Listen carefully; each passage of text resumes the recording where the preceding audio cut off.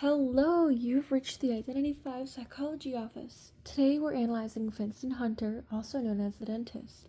Though we've only received his full character backstory, it provides enough information to understand his behaviors, motivations, and connections to other characters. Let's explore the psychological mechanisms and the lore underlying his conduct. Alright, we're going to start off with his backstory and early development.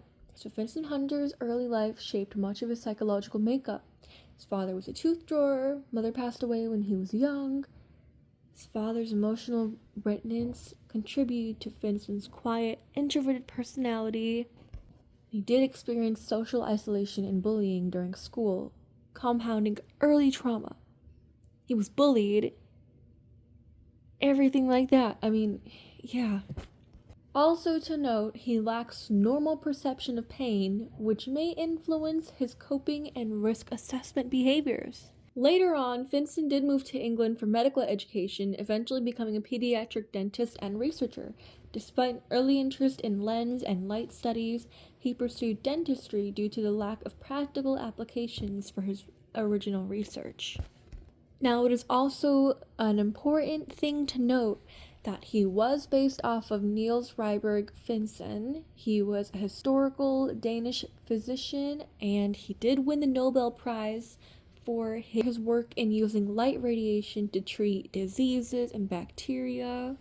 Now, conflict emerges when patients start disappearing at the hospital. Around the same time, newspapers publish, you guessed it, a sensational novel about an evil dentist.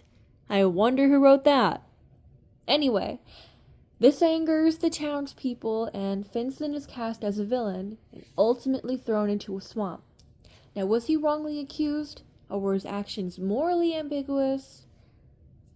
Was he misunderstood?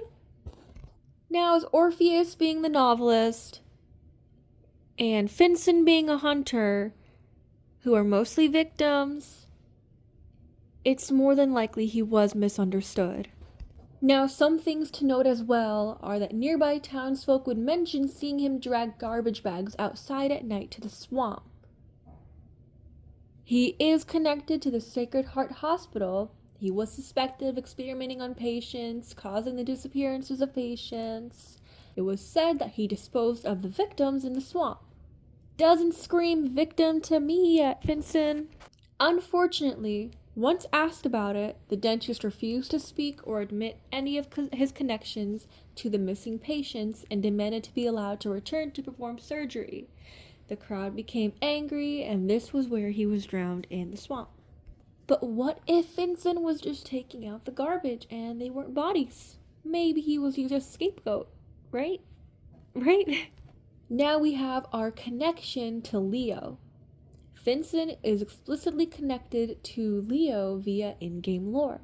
His character video prominently features Leo's mask on top of a big carrier box, more than likely containing Leo's body. Finsen is also identified as BA, a researcher at Sacred Heart involved in light therapy experimentation. Missing bodies may include Leo, indicated by experimental subject files. Subject number 1122213. As with previous years, Cinder was unusually exuberant on December 21st. Leo's memory reference.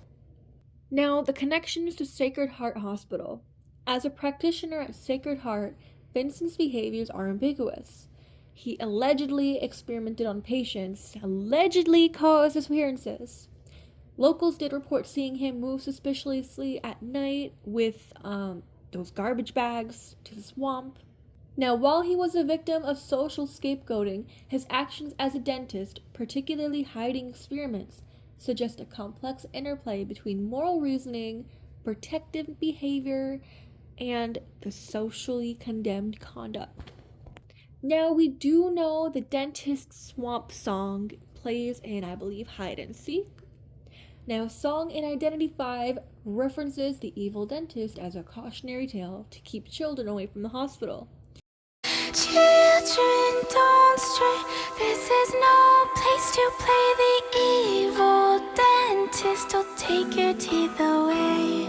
Now, thanks to Orpheus's wonderful novel, published at such a wonderful time, The public perception of dentist and finsen is shaped by that novel alone, rather than factual understanding.